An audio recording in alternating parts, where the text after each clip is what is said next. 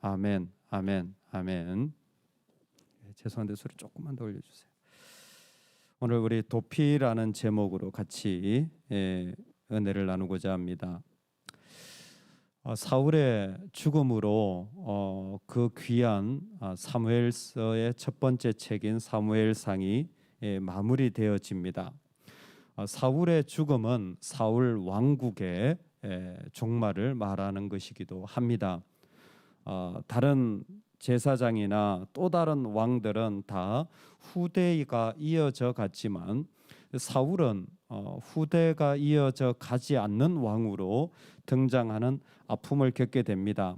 아들이 없었던 것이 아닙니다. 요나단이 있었고 아비나답이 있었고 말기수아가 있었지만 마지막 전투에서 그의 아들들이 다 죽임을 당하게 되므로 이 사울 집안 자체가 이어지지 못하는 가장 큰 비극을 경험하게 되는 것입니다. 그런데 오늘 말씀에는 그런 사울의 죽음을 구체적으로 설명해 주고 있습니다. 블레셋 사람과의 전투에서 사울이 참 시작하자마자 바로 패배를 합니다. 시작하자마자 패배를 해서 도망가다가 그 블레셋 사람들에게 따라잡히죠. 사울이 패전함에 활 쏘는 자가 따라잡으니 사울이 그 활 쏘는 자에게 중상을 입은지라.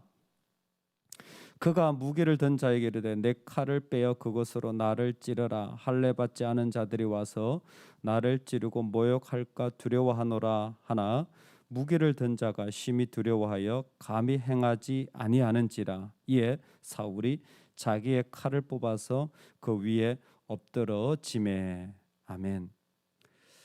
이 본문은 나중에 사무엘 하가 되어지면 아말렉 사람에 의하여서 마지막 처형을 당하는, 죽임을 당하는 장면과는 좀 다르게 설명되어져 있습니다.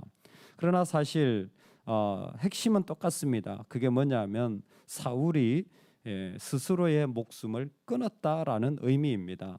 즉 자결했다라는 것이죠. 특별히 사무엘상에서는 사울이 자기의 칼을 뽑아 그 위에 엎드러짐에라는 표현을 그대로 사용하고 있습니다. 자결하는 것을 사울의 마지막으로 하나님은 설명하고 있습니다. 여러분, 이 모습이 뭘까요? 하나입니다. 사울이 어떻게 살았는지 그의 마지막이 증명하는 거예요. 사울은 마지막까지 자기가 왕이어야 되는 사람이었어요. 사울은 마지막까지 자기가 왕이어야 되는 거예요. 다윗이 내 자리를 뺏어간다? 용납할 수 없습니다. 내가 내 인생의 자리를 내가 결정하지 못한다? 그 자리를 견디지를 못하는 거예요. 끝까지 내가 왕이어야 되는 사람이었습니다. 그래서 결국 자신의 생명도 자신이 결정하고 그리고 자신이 죽이게 되는 자리에 이르게 됩니다. 어거스틴은 자살은 육체를 더럽히는 행동이 아니라 영혼을 더럽히는 행동이다라고 했습니다. 자살은 아무리 좋은 말을 한다고 할지라도 하나님 앞에서 죄입니다.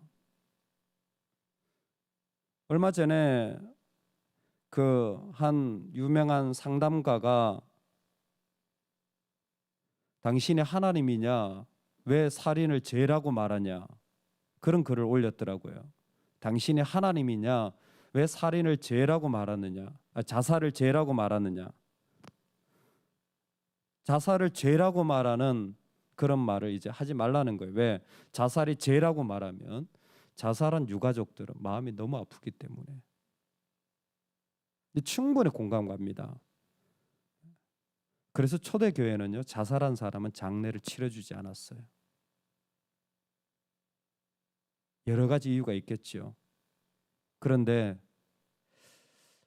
저는 하나님은 아닙니다. 근데 자살은 죄입니다. 왜? 살인죄니까. 기본적으로 살인죄입니다. 생명을 죽였잖아요. 그게 내 생명이든 누구 생명이든 살인죄잖아요. 또 무슨 죄입니까? 하나님의 형상을 깨트린 죄입니다. 자살은 내 안에 있는 하나님의 형상을 다른 수많은 것들로 깨트린 것과 같이 내 안에 있는 하나님의 형상을 깨트린 죄입니다. 또 자살은 어떤 죄입니까? 자살의 제일 극악무도한 죄가 뭔 줄 아세요? 회개의 기회를 빼앗아 버린 거예요. 회개의 기회를 빼앗아 버린 거예요. 어떤 죄도 다 회개의 기회가 있습니다. 어떤 죄를 지어도 회개의 기회가 있어요. 자살은 회개의 기회가 사라지는 죄예요. 그래서 가장 무서운 죄가 자살인 겁니다. 하나님이 살인하지 말라라고 했을 땐 그것은 우리에게 중요한 도전으로 다가와지면 좋겠습니다. 여러분, 우리 삶의 생명은 하나님 것입니다. 내 것이 아니에요. 그래서 자살의 제일 큰 무서움이 뭐냐면 단순히 나 회개하지 못했으니까 심판받는 거 아니야? 아니요. 자살의 제일 큰 신학적인 무서움은 뭐냐면 피조물과 창조주의 자리를 바꿔버리는 거예요. 나는 피조물이고 하나님은 창조주이십니다. 그런데 자살은 그 자리를 바꿔버리는 행위를 하는 거예요. 하나님을 대적하는 행위를 하는 것입니다. 내가 죽어도 그 일은 하지 마시기 바랍니다. 내가 죽어도 하나님을 대적하는 행위는 해서는 안 됩니다. 사울은 사실 끝까지 자기가 왕이어야 되는 사람이에요. 그 삶의 자리가 너무너무 하나님 왕 되시는 게 어려웠습니다.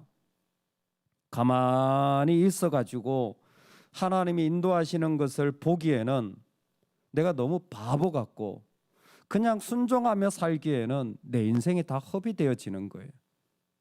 그냥 그렇게 살고 싶지는 않은 것이 내가 왕인 사람들의 특징입니다. 그냥 하나님의 인도하심을 받아 순종하기에는 내가 너무 큽니다. 그래서 내 결정을 내가 내려가면서 살아야 돼요. 자신이 왕이 되어져야 됩니다. 다윗과 끊임없이 왕자리를 놓고 싸운 것 같지만 하나님은 이 마지막 자리를 통하여서 말씀하시는 거예요. 네가 다윗과 싸운 게 아니라 하나님인 나를 대적하며 살아왔다라는 거예요. 그러니까 마지막까지 결국 하나님의 왕 되신 자리를 빼앗아 버리고 네가 왕이 되어서 살아가는 자리라고 말씀하시는 것입니다.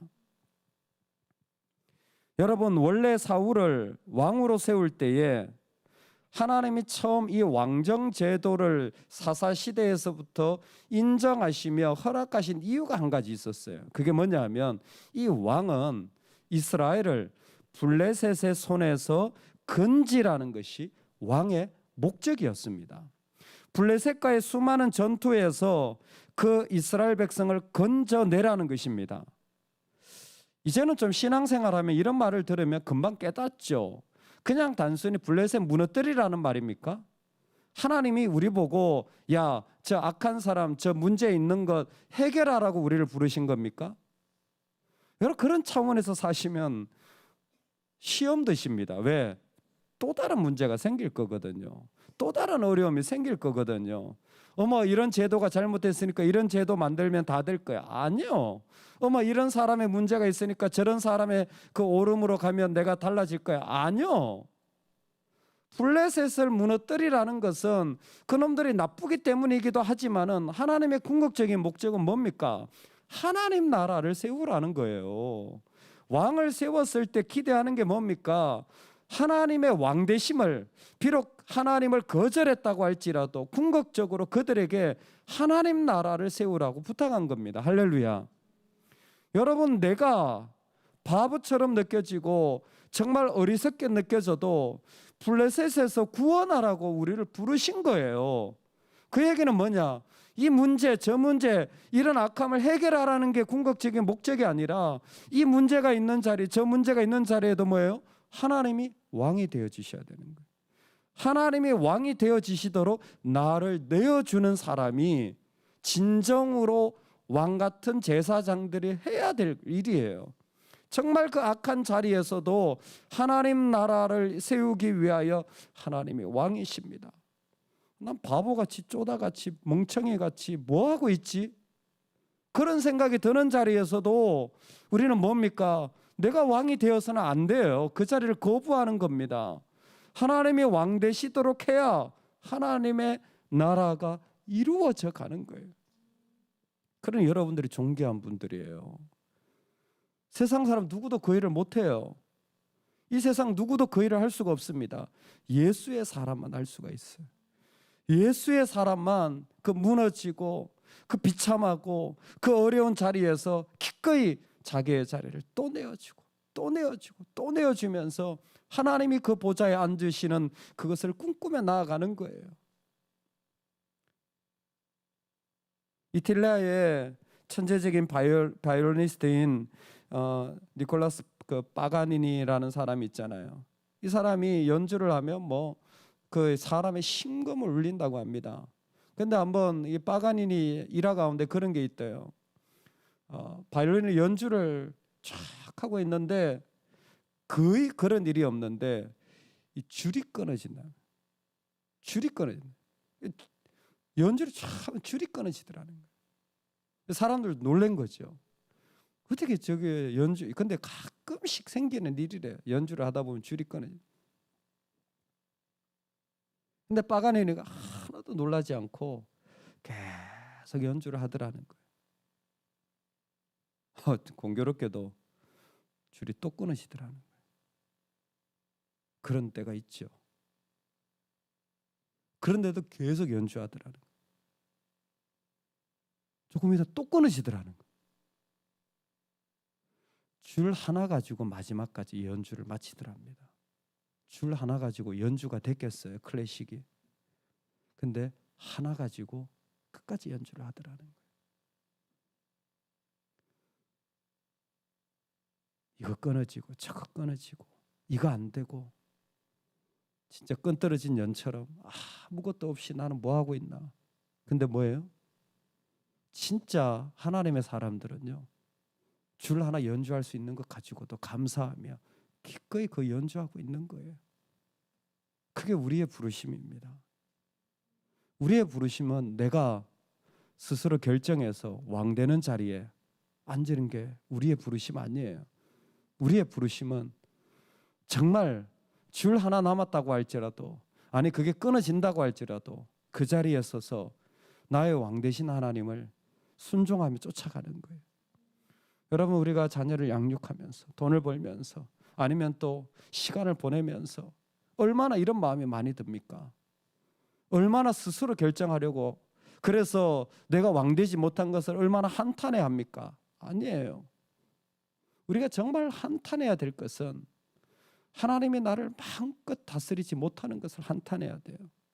저는 이 장면의 묘미는 사무엘 하로 연결되어져야 된다고 생각합니다. 사무엘 하로 연결되어져야 돼요. 사울이 자결해서 죽었잖아요. 그렇죠? 그래서 그의 세 아들도 다 죽었습니다. 집안이 망했다라는 거예요. 그러니까 다윗은 기쁠까요, 슬플까요? 자기를 죽이려고 달려들 광야의 강야 생활을 만들며 그렇게 자기를 힘들게 하고, 그렇게 어렵게 하고, 그렇게 못됐고 창을 던져서, 그리고 몇 번이나 은혜를 베풀어도 깨닫지 못하고, 아니 은혜를 베풀어 주기는 그냥 마지막까지 말이죠, 별의별 짓을 다 해가지고 무당을 부르질 않나. 정말 이게 인간입니까?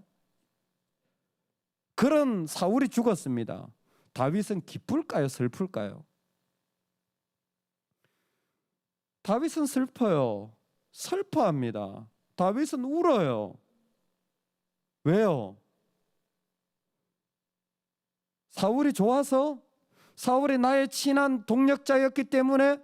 사울만한 사람이 없었기 때문에? 다윗의 시각은 그런 게 아니에요. 하나님이 세운 사람이 죽었기 때문에요. 끝까지 하나님의 사람들은 이 시각을 버리지 않는 거예요. 하나님의 사람이 죽었기 때문에 슬퍼하는 거예요. 하나님이 세운 사람이 죽었기 때문에 슬퍼하는 거예요. 얼마나 귀하고 고귀한 마음입니까? 여러분, 도피하지 마십시오. 스스로 왕되는 자리로 도망가지 마십시오. 우리는 오히려 그 자리에서 나와서 정말 하나님의 사람들을 격려하고 하나님의 사람들을 기뻐하고 내가 하나님을 위하여 할 수 있는 작은 연주 하나라도, 아니 뭔가 하나 주울 수 있는 일이라도 기꺼이 기뻐하실 수 있기를 주의 이름으로 축원합니다. 아멘. 우리 같이 한번 기도하겠습니다.